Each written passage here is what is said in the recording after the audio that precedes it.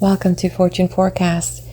I am Daisy, and if you have been following along, we are ready to jump into part 2 of Upton Sinclair's The Book of Life, which he published in 1921 by the Payne Book Company in Chicago, and it is in the public domain. If you're new to my channel, welcome. So glad you found us. And to our Fortune community, welcome back. I wasn't expecting that this was going to be such a large body of work. Literally, the Book of Life consists of 4 parts, and each of these parts have chapters in them. So this one will have part 2, which is titled The Book of the Body. The first one was The Book of the Mind. So if you want to grab this entire book with all its parts, please visit my book playlist and go to the Book of Life, and you will be able to access that there. So if you are following along with me in real time, we will get to all 4 parts. And if you're accessing this video and we are warping into the future, by then all 4 parts will be in the book playlist. Without further ado, let's jump in to part 2, titled The Unity of the Body. Discusses the body as a whole and shows that health is not a matter of many different organs and functions, but is one problem of one organism. The reader who has followed our argument this far will understand that we are seldom willing to think of the body as separate from the mind. The body is a machine, to be sure, but it is a machine that has a driver. And while it is possible for a sound machine to have a drunken and irresponsible driver, such a machine is not apt to remain sound very long. Frequently, when there is trouble with the machine, we find the fault to be with the driver. In other words, we find that what is needed for the body is a change in the mind. If you wish to have a sound body and to keep it sound as long as possible, the first problem for you to settle is what you want to make of your life. You must have a purpose and confront the tasks of life with energy and interest. What is the use of talking about health to a man who has no moral purpose? He may answer, "Indeed, I have heard victims of alcoholism answer, 'Let me alone. I have a right to go to hell in my own way.'" I am aware, of course, that the opposite of the proposition is equally true. A man cannot enjoy much mental health while he has a sick body. It is a good deal like the old question, which comes first, the hen or the egg? The mind and the body are bound up together, and you may try to deal with each by turn, but always you find yourself having to deal with both. Most physicians have a tendency to overlook the mind, and Christian scientists make a religion of overlooking the body, and each pays the penalty in greatly reduced effectiveness. My first criticism of medical science as it exists today is that it has a tendency to concentrate upon organs and functions and to overlook the central unity of the system. You will find a doctor who specializes in the stomach and its diseases and is apt to talk as if the stomach were a thing that went around in the world all by itself. He will discuss the question of what goes into your stomach and overlook to point out to you that your stomach is nourished by your bloodstream, which is controlled by your nervous system, which in turn is controlled by hope, by ambition, by love, by all the spiritual elements of your being. A single pulse of anger or of fear may make more trouble with the contents of your stomach than the doctor's pepsins and digestive ferments can remedy in a week. Of course, you may do yourself some purely local injury, and so for a time have a purely local problem. You may smash your finger, and that is a problem of a finger, but neglect it for a few days and let blood poison set in, and you will be made aware that the human body is one organism, and also that, in spite of any metaphysical theories you may hold, your body does sometimes dominate and control your mind. Someone has said that the blood is the life, and certainly the blood is both the symbol and the instrument of the body's unity. The blood penetrates to all parts of the body and maintains and renews them. If the blood is normal, the work of renewal does not often fail. If there is a failure of renewal, that is, a disease, we shall generally find an abnormal condition of the blood. The distribution of the blood is controlled by the heart, a great 4-chambered pump. One chamber drives the blood to the lungs, a mass of fine porous membranes where it comes into contact with the air and gives off the poisons which it has accumulated in its course through the body, and takes up a fresh supply of oxygen. By another chamber of the heart, the blood is then sucked out of the lungs, and by the next chamber, it is driven to every corner of the body. It takes to every cell of the body the protein materials which are necessary for the body's renewal, and also the fuel materials which are to be burned to supply the body's energy. Also, it takes some 30 millions of a microscopic red corpuscle, which are the carriers of oxygen, and an even greater number of the white corpuscles, which are the body's scavengers, its defenders from invasion by outside germs. There are certain outer portions of the body, such as nails and the scales of the skin, which are dead matter produced by the body and pushed out from it and no longer nourished by the blood. But all the still living parts of the body are fed at every instant by the stream of life. Each cell in the body takes the fuel which it needs for its activities and combines it with the oxygen brought by the red corpuscles, and when the task of power production has been achieved, the cell puts back into the bloodstream not merely the carbon dioxide, but many complex chemical products, ammonia, uric acid, and the fatigue poisons indole, phenol, and skatol. The bloodstream bears these along and delivers some to sweat glands to be thrown out, and some to the kidneys, and the rest to the lungs. All of this complicated mass of activities is in normal health perfectly regulated and timed by the nervous system. You lie down to sleep and your muscles rest, and the vital activities slow up. Your heart beats only faintly, but let something frighten you and you sit up, and these faculties leap into activity. Your heart begins to pound, driving a fresh supply of blood and vital energy. You jump up and run, and these organs all set to work at top speed. If they did not do so, your muscles would have no fresh energy. They would become paralyzed by the fatigue poisons, and you would be, as we say, exhausted.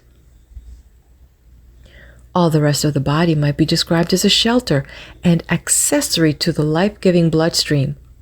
All the rest is the bloodstream means of protecting itself and renewing itself. The stomach is to digest and prepare new blood material. The teeth are to crush it and grind it. The hands are to seize it. The eyes are to see it. The brain to figure out its whereabouts. Man, in his egotism, imagines his little world as the center of the universe. But the wise old fellow who lives somewhere deep in our subconsciousness and looks after the welfare of our bloodstream, he has far better reason for believing that all our consciousness and our personality exists for him. Now, disease is some failure of this bloodstream properly to renew itself or properly to protect itself and its various subsidiary organs. When you find yourself with a disease, you call in a doctor, and unless this doctor is a modern and progressive man, he makes the mistake of assuming that the disease is in the particular organ where it shows itself. You have, let's say, follicular tonsillitis. These medical men have a love for long names, which have the effect of awing you and convincing you that you are in desperate need of attention. Your throat is sore, your tonsils are swollen and covered with white spots. So the doctor holds out his little black bag and makes a swab of cotton and dips it say in Lysol, and paints your tonsils. He knows by means of the microscope that your tonsils are covered and filled with a mass of foreign germs which are feeding upon them. Also, he knows that Lysol kills these germs, and he gives you a gargle for the same purpose. Puts you to bed, and gradually the swelling goes down, and he tells you that he has cured you and sends you a bill for services rendered. But maybe the swelling does not go down. Maybe it gets worse, and you die. Then he tells your family that nature was to blame. Nature is to blame for your death, but it never occurs to anyone to ask what nature may have had to do with your recovery. I do not know how many thousands of diseases medical science has now classified. And for each separate disease, there are complex formulas, and your system is pumped full of various mineral and vegetable substances which have been found to affect it in certain ways. Perhaps you have a fever. Then we give you a substance which reduces the temperature of your bloodstream. It never occurs to us to reflect that maybe nature has some purpose of her own in raising the temperature of the blood. That this might be, so to speak, the heat of conflict, a struggle she is waging to drive out invading germs. And that possibly it would be better for the temperature to stay up until the battle is over. Or maybe the heart is failing. Then our medical man is so eager to get something into the system that he cannot wait for the slow process of the month and the stomach. He shoots some strychnine directly into the bloodstream. It does not occur to him to reflect that maybe the heart is slowing up because it is overloaded with fatigue poisons, of which it cannot rid itself, and that the effect of stimulating it into fresh activity will be to leave it more dangerously poisoned than before. We are dealing here with processes which our ancient Mother Nature has been carrying on for a long time, and which she very thoroughly understands. We ought, therefore, to be sure that we know what is the final effect of our actions. More especially, we ought to be sure that we understand the cause of the evil so that we may remove it and not simply waste our time treating symptoms, putting plasters on a cancer. This is the fundamental problem of health. And in order to make clear what I mean, I am going to begin by telling a personal experience. A test which I made of medical science some 12 or 14 years ago in connection with one of the simplest and most external of the body's problems, the hair. First, I will tell you what medical science was able to do for my hair, and second, what I myself was able to do when I put my own wits to work on the problem. I had been overworking and was in a badly run-down condition. I was having headaches, insomnia, ulcerated teeth, many symptoms of a general breakdown. Among these, I noticed that my hair was coming out. I decided that it was foolish to become bald before I was 30, and that I would take a little time off and spend a little money and have my hair attended to. I did not know where to go, but I wanted the best authority available. So I wrote to the superintendent of the largest hospital in New York, asking him for the name of a reliable specialist in diseases of the scalp. The superintendent replied by referring me to a certain physician who was the hospital's consulting dermatologist. And I went to see this physician, whose home and office were just off Fifth Avenue. He examined my scalp and told me that I had dandruff in my hair, and that he would give me a prescription which would remove this dandruff and cause my hair to stop falling out. He charged me $10 for the visit, which in those days was more money than it is at present. Being of an inquiring turn of mind, I tried to get my money's worth by learning what there was to learn about the human hair. I questioned this gentleman, and he told me that the hair is a dead substance and that its only life is in the root. He explained that barbers often persuade people to have their hairs singed to keep it from falling out, and that this was an utterly futile procedure, and likewise all shampooing and massage, which only caused the hair to fall out more quickly. It was better even not to wash the hair too often. All that was needed was a mixture of chemicals to kill the dandruff germs. And so I had the prescription put up at a drugstore, and for a couple of years I religiously used it according to order, and it had upon my hair absolutely no effect whatever. So here was the best that medical science could do. But still, I did not want to be bald. So I went among the health cranks, people who experiment without license from medical schools. So I experimented upon myself, and now I know something about the human hair, something entirely different from what the rich and successful consulting dermatologist taught me, but which has kept me from becoming entirely bald. First, the human hair is made by the body, and it is made, like everything else in the body, out of the bloodstream. It is perfectly true that the dandruff germ gets into the roots and makes trouble, and that the process of killing this germ can be helped by chemicals. But it does not take a $10 prescription. It only takes 10 cents worth of borax and salt from the corner grocery. Put a little into a saucer, moisten it, rub it in the scalp, and wash it out again. But infinitely more important than this is the fact that healthy hair roots are a product of healthy blood, and that unhealthy blood produces sick hair roots, which cannot hold in the hair. Most important of all is the fact that in order to make healthy hair roots, the blood must flow fully and freely to these hair roots. Whereas I had been accustomed for many hours every day of my life to clap around my scalp a tight band which almost entirely stopped the circulation of the life-giving blood to my sick hair roots. In other words, by wearing civilized hats, I was literally starving my hair to death. As soon as I realized this, I took off my civilized hat and have never worn one since. As a rule, I don't wear anything. On the few occasions when I go into the city, I wear a soft cap. Now and then I experience inconvenience from this. The elevator boy in some apartment house tells me to come in by the delivery entrance, or the porter of a sleeping car will not let me in at all. I remember discussing these embarrassments with Jack London, who went even further in his defiance of civilization and wore a soft shirt.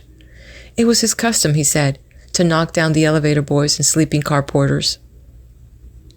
I answered that might be all right for him because he could do it, whereas I was reduced to the painful expedient of explaining politely why I went about without the customary symbols of my economic superiority.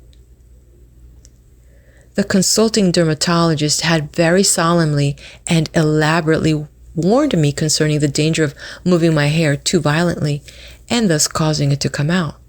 But now, my investigations brought out the fact that moving the hair, that is, massaging the scalp, increases the flow of blood to the hair roots and further increases resistance to disease.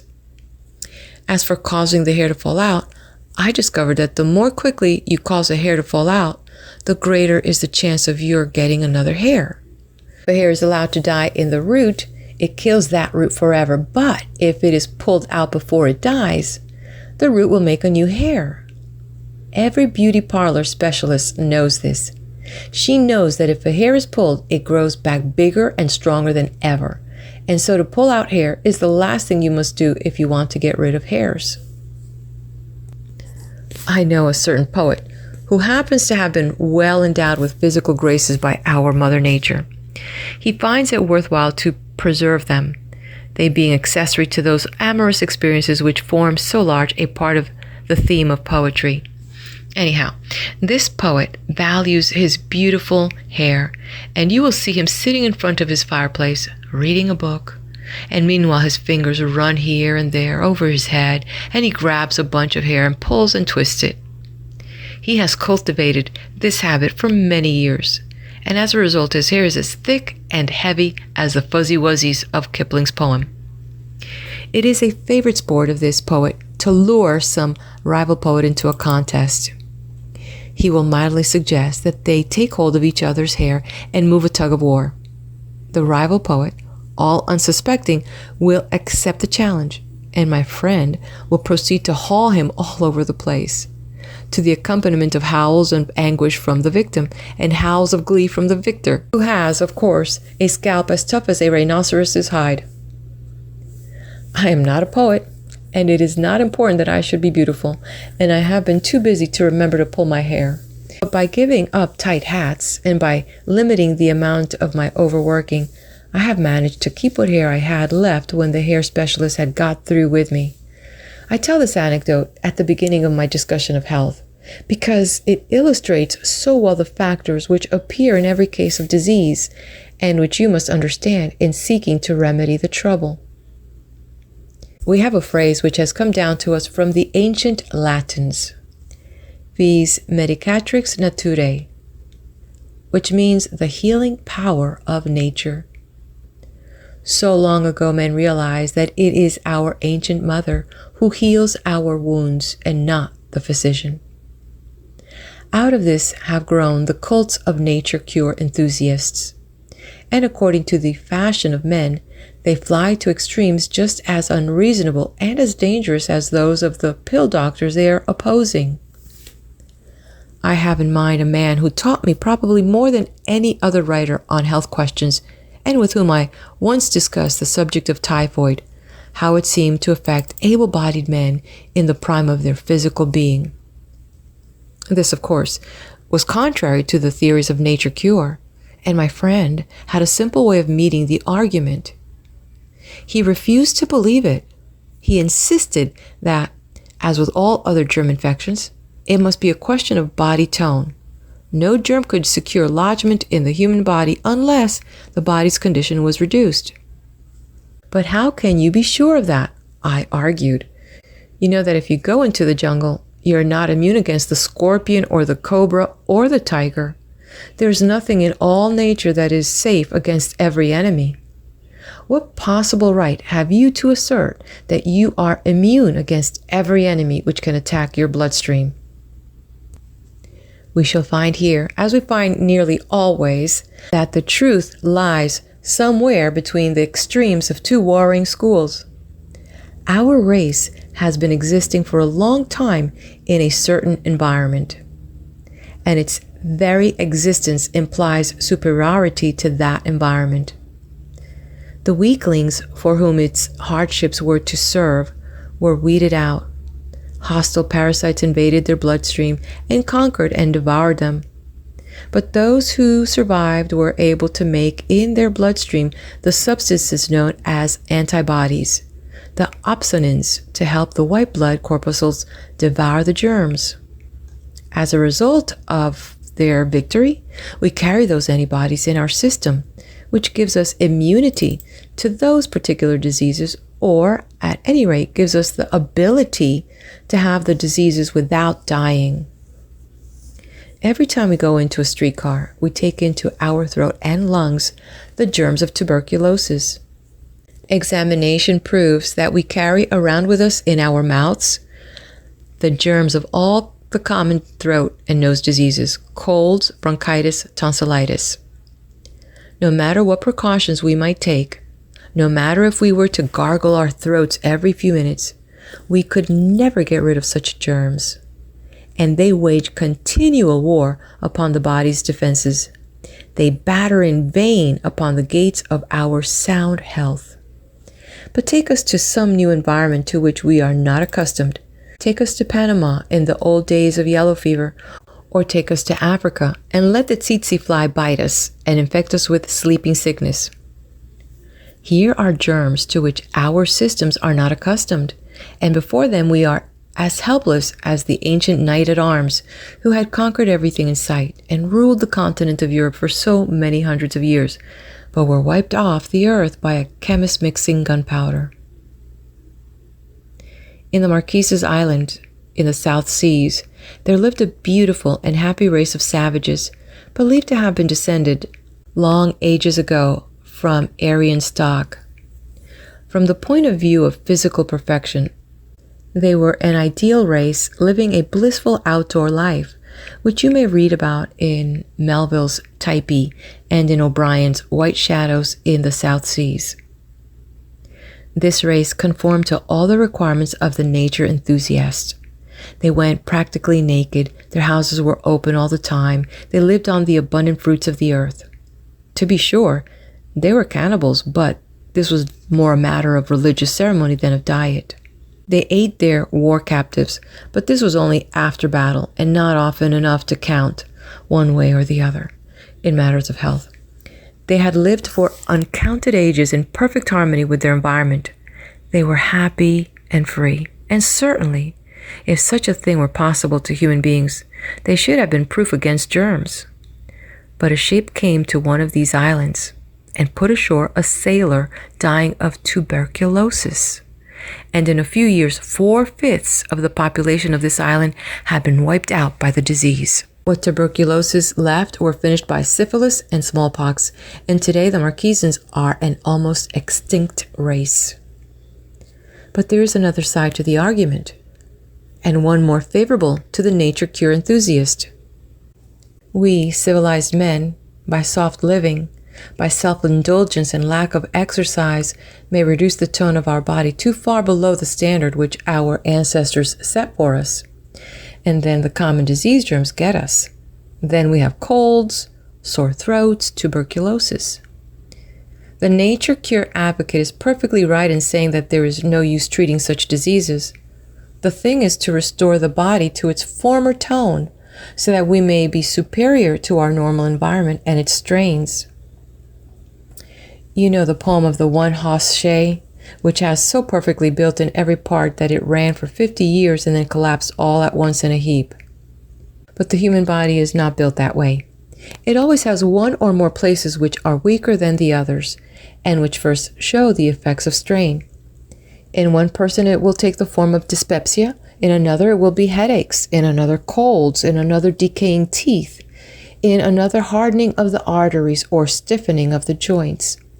But whatever the symptoms may be, the fundamental cause is always the same: an abnormal condition of the bloodstream and a consequent lowering of the body's tone.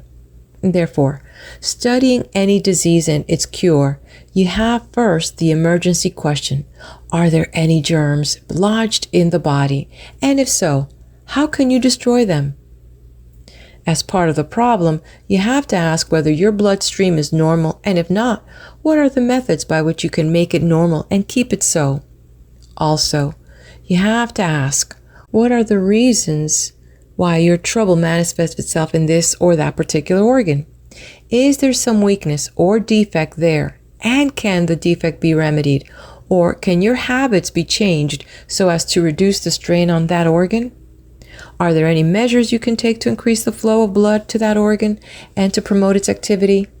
In the study of your health, you will find that circumstances differ and the importance of one factor or the other will vary, but you will seldom find any problem in which all these factors do not enter, and you will seldom find an adequate remedy unless you take all the factors into consideration. End of chapter 18. Stay right here. We will go into the next chapter right on this video. Before I turn the page, show some love and hit that like button. And if you'd like to let me know you are here, leave me a comment. Make yourself comfortable as I flip the page to chapter 19, Experiments in Diet. Narrates the author's adventures in search of health and his conclusions as to what to eat. Students of the body assure us that every particle of matter which composes it is changed in the course of 7 years. It is obvious that everything that is a part of the body has at some time to be taken in as food. So the problem of our diet today is the problem of what our body shall consist of 7 years from now, and probably a great deal sooner. I begin this discussion by telling my own personal experiences with food. I am not going to recommend my diet for anyone else, because one of the first things I have to say about the subject is that every human individual is a separate diet problem. But I am going to try to establish a few principles for your guidance, and more especially to point out the commonest mistakes. I tell about my own mistakes because it happens that I know them more intimately. I was brought up in the South, where it is the custom of people to give a great deal of time and thought to the subject of eating. Among the people I knew, it was always taken for granted that there should be at least one person in the kitchen devoting all her time to the preparing of delicious things for the family to eat. This person was generally a negress, and needless to say, she knew nothing about the chemistry of foods, nothing about their constituents or nutritive qualities. All she knew was about their state. She had been trained to prepare them in ways that tasted best, and was continually being advised and exhorted and sometimes scolded by the ladies of the family on this subject. At the table, the family and the guests never failed to talk about the food and its taste, and not infrequently the cook would be behind the door listening to their comments, or else she would wait until after the meal for the report which somebody would bring her. In addition to this, the ladies of the family were skilled in what is called fancy cooking. They did not bother with the meats and vegetables, but they mixed batter cakes and made all kinds of elaborate desserts, and exchanged these treasures and the recipes for them with other ladies in the neighborhood. In addition to this, there were certain periods of the week and of the year especially devoted to the preparing and consuming of great quantities of foods. Once every 7 days, the members of the family expressed their worship of their Creator by eating twice as much as usual. And at another time, they celebrated the birth of their Redeemer by overeating systemically for a period of 2 or 3 weeks. Needless to say, of course, the children brought up in such an environment all had large appetites and large stomachs, and their susceptibility to illness was recognized by the setting apart of them for a whole classification of troubles, children's diseases, they were called. In addition to children's diseases, there were coughs and colds and sore throats and pains in the stomach and constipation and diarrhea, which the children shared with their adults. I had a little more than my share of all these troubles. Always a doctor would be sent for, and always he was wise and impressive, and always I was impressed. He gave me some pills or a bottle of liquid, a teaspoonful every 2 hours or something like that. I can hear the teaspoon rattle in the glass as I write. I had a profound respect for each and every one of those doctors. He was wisdom walking about in trousers, and whenever he came, I knew that I was going to get well, and I did, which proved the case completely. Then I grew up, and at the age of 18 or 19 became possessed of a desire for knowledge, and took to reading and studying literally every minute of the day and a good part of the night. I seldom let myself go to sleep before 2 o'clock in the morning, and was always up by 7 and ready for work again. I did this for 10 years or so, until nature brought me to a complete stop. During these 10 years, I was a regular experiment station in health. That is, I had every kind of common ailment, and had it over and over again, so that I could try all the ways of curing it, or failing to cure it, and keep on trying until I was sure one way or the other. I came recently upon a wonderful saying by John Burroughs, which will be appreciated by every author. This writing is an unnatural business. It makes your head hot and your feet cold, and it stops the digestion of your food. This trouble with my digestion began when I was writing my second novel, camping out on a lonely island on the foot of Lake Ontario. I went to see a doctor in a nearby town, and he talked learnedly about dyspepsia. The cause of it, he said, was failure of the stomach to secrete enough pepsin, and the remedy was to take artificial pepsin, obtained from the stomach of a pig. He gave me this pig pepsin in a bottle of red liquid, and I religiously took some after each meal. It helped for a time, but then I noticed that it helped less and less. I got so that a simple meal of cold meat and boiled potatoes would stay in my stomach for hours, in spite of any amount of the pig pepsin. I would lie about in misery because I wanted to work, and my a cursed stomach would not let me. All the time, of course, I was using my mind on this problem, groping for causes. I found that the trouble was worse if I worked immediately after eating. I found also that it was worse when I was writing books. When I got sufficiently desperate, I would stop writing books and go off on a hunting trip. I would tramp 20 miles a day over the mountains, looking for deer, and I would come back at night too tired to think. And in a week or two, every trace of my trouble would be gone. So my life regimen came to be first the writing of a book, and then a hunting trip to get over the effects of it. But as time went on, alas, I noticed that the recuperation was more slow and less certain. The working times grew shorter, and the hunting times grew longer, until finally I had got to a point where I couldn't work at all. I would go to pieces in a few days if I tried it. It was apparently the end of my stomach, and the end of my sleeping, and the end of my writing books. My teeth were decaying, not merely outside, but inside. I would have abscesses and most frightful agonies to endure. I would lie awake all night, and it would seem to me that I would feel my body going to pieces, an extremely depressing sensation. I had been trying experiments all this time. I had been going to one doctor after another, and had got to realize that the doctors only treated symptoms. They treated the diseases when they appeared, but nobody ever told you how to keep the diseases from appearing. Why could there not be a doctor who could look you over thoroughly and tell you everything that was wrong with you and how to set it right? A doctor who would tell you exactly how to live so that you might keep well all the time. I was studying economics and becoming suspicious of my fellow man. It occurred to me that possibly it might be embarrassing to a doctor if he cured all his patients and taught them how to live so that none of them would ever have to come to him again.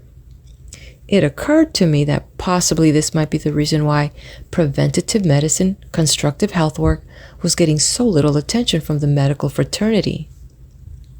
Two things that plagued me were headache and constipation, and they were obviously related. For constipation, the world had one simple remedy. You took something every night or every morning and thought no more about it.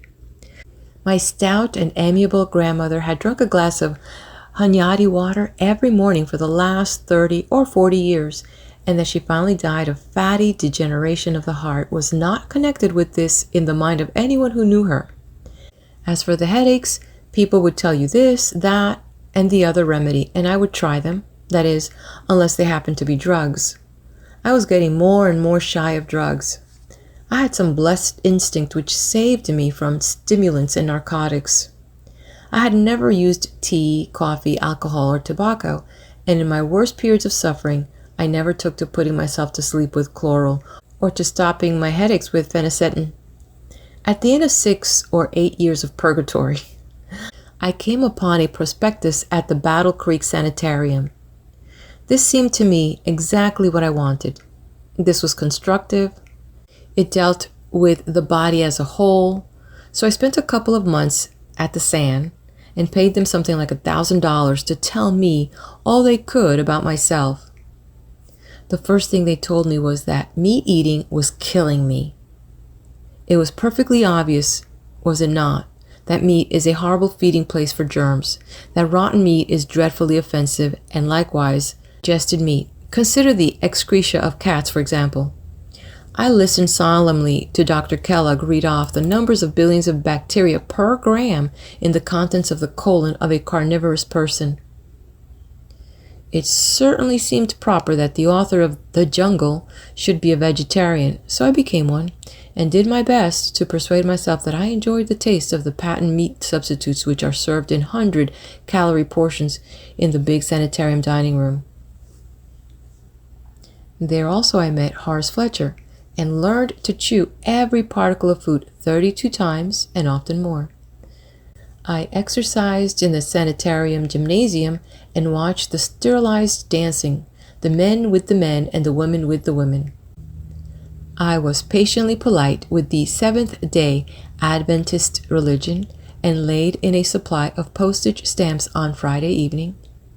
Finally, and most important of all, I went once a day to the treatment rooms and had my abdomen doctored alternately with hot cloths and ice. By this means, I kept up a flow of blood in the intestinal tract and stimulated these organs to activity. So my constipation was relieved and my headaches were less severe, so long as I stayed at the sanitarium and was boiled and frozen once every day. But when I left the sanitarium and abandoned the treatments, the troubles began to return. Meantime, however, I had written a book in praise of vegetarianism, a book which has gone into the libraries and cannot be got out again. I went on to a new variety of health crank, the real nature cure practitioners. Vegetarianism was not enough, they insisted. The evil had begun long before, when man first ruined his food and destroyed its nutritive value by means of fire. There was only one certain road to health, and that was by the raw food route, the monkey and squirrel diet. I had gone out to California for a winter's rest and decided I would give this plan a thorough trial. For 5 months, I lived by myself, and the only cooked food I ate was shredded wheat biscuit. For the rest, I lived on nuts and salads and fresh and dried fruits. And during this period, I enjoyed such health as I had never known in my life before. I had literally not a single ailment. I was not merely well, but bubbling over with health. I had a friend who said it cheered him up just to see me walk down the street. I thought it was entirely the raw food and that I had solved the problem forever, but I overlooked the fact that during those 5 months, I had done no hard brain work, no writing. I went back to writing again and things began to go wrong. My wonderful raw foods took to making trouble in my stomach. And I assure you that until you try, you have no idea the amount of trouble that can be made in your stomach by a load of bananas and soaked prunes which has gone wrong. For a year or two, I agonized. I could not give up my wonderful raw food diet because I had always before me the vision of those months in California and could not understand why it was not that way again. But the time came when I would eat a meal of raw food, and for hours afterwards my stomach would feel like a blown-up football. Then somebody gave me a book by Dr. Salisbury on the subject of the meat diet. Of all the horrible things in the world, a meat diet sounded to me the worst. I had been a vegetable enthusiast for 3 years and thought of eating meat as you would think of cannibalism. But there has never been a time in my life when I would not bear something new and give it a trial if it sounded well. So I read the books of Dr. Salisbury, which have long been out of print and have been curiously neglected by the medical profession. Salisbury was a real pioneer and experimenter. He wrote in the days before the germ theory and so missed his guess regarding tuberculosis, but he perceived that most of the common diseases are caused by dietetic errors, and he set to work to prove it. He showed that hog cholera and army diarrhea are the same disease and come from the same cause. He took a squad of men and fed them on army biscuit for 2 or 3 weeks until they were nearly dead, and then he put them on a diet of lean beef and completely cured them in a few days. He did this same thing with one kind of food after another, and in each case he would bring his men as near to death as he dared, and then he would cure them. He showed that meat is the only food which contains all the elements of nutrition, the only food upon which a person can live for an unlimited period. As Salisbury said, beef is first, mutton is second, and the rest nowhere. It was his idea that tuberculosis of the lungs is caused by spores of fermenting starch clogging the minute blood vessels. He claimed that there is an early stage of tuberculosis in which the spores are floating in the bloodstream. He put large numbers of patients upon a diet of lean beef, ground and cooked, and he cured them of tuberculosis. And if one of them would break the diet and yield to a craving for starch or sugar, Salisbury claimed that he could find it out an hour or two later by examining a drop of their blood under the microscope. In his books, he described vividly the effects of an excess of starch and sugar in the diet. He called it making a yeast spot of your stomach.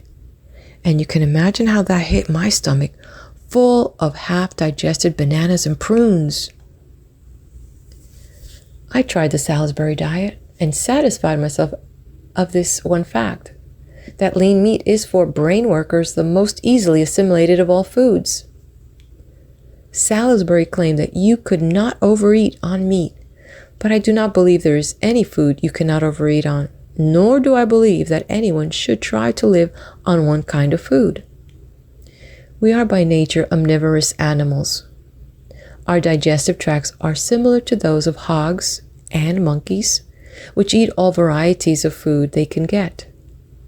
One of the common errors of the nature cure enthusiast is to cite the monkey and the squirrel as fruit and nut eating animals, when the fact is that monkeys and squirrels eat meat when they can get it, and the ardor with which they go bird nesting is evidence enough that they crave it.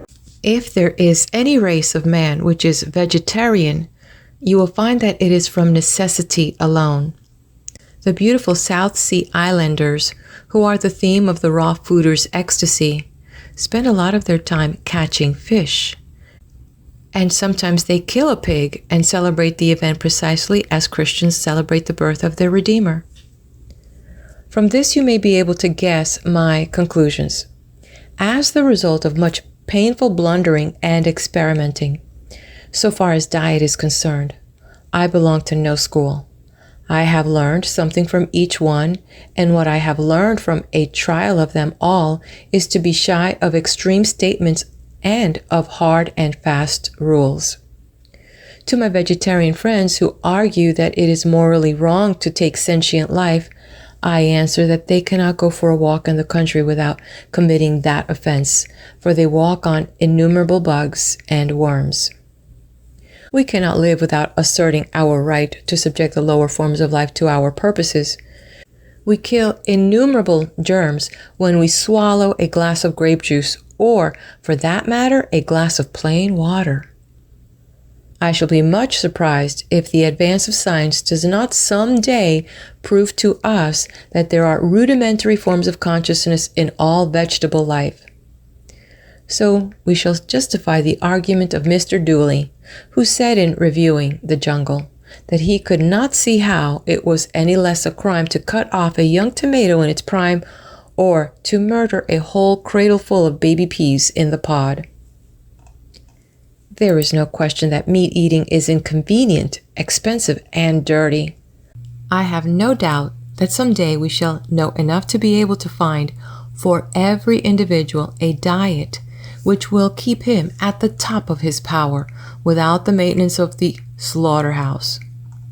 But we do not possess that knowledge at present. At least, I personally do not possess it. I happen to be one of those individuals, there are many of them, with whom milk does not agree. And if you rule out milk and meat, you find yourself compelled to get a great deal of your protein from vegetable sources, such as peas, beans, and nuts. All these contain a great deal of starch, and thus there is no way you can arrange your diet to escape an excess of starch. Excess of starch, so my experience has convinced me, is the deadliest of all dietetic errors. It is also the commonest of errors, the cause not merely of the common throat and nose infections, but of constipation, and likewise of diarrhea, of anemia, and thus, through the weakening of the bloodstream, of all disorders that spring from this source, decaying teeth and rheumatism, boils, bad complexion, and tuberculosis. Starch foods are the cheapest, therefore they form the common diet of the poor and are responsible for the diseases of undernourishment to which the poor are liable. On the other hand, of course, there are perfectly definite diseases of overnourishment, which culminates in apoplexy, kidney troubles, which result from the inability of these organs to eliminate all the waste matter that is delivered to them, fatty degeneration of the heart, or of the liver, or any of the vital organs. You may cause a headache by clogging the bloodstream through overeating, or you may cause it by eating small quantities of food if those foods are unbalanced and do not contain the mineral elements necessary to the making of normal blood. Whatever the trouble with your health, it is my judgment that in 2 cases out of 3, you will find it dates back to errors in diet. I do not think I exaggerate in saying that a knowledge of what to eat and how much to eat is 2/3 of the knowledge of how to keep yourself in permanent health. We have now arrived at the end of chapter 19. All right, if you haven't done so, hit that like button and subscribe to my channel. And head on over to the next video where I will be there with chapter 20.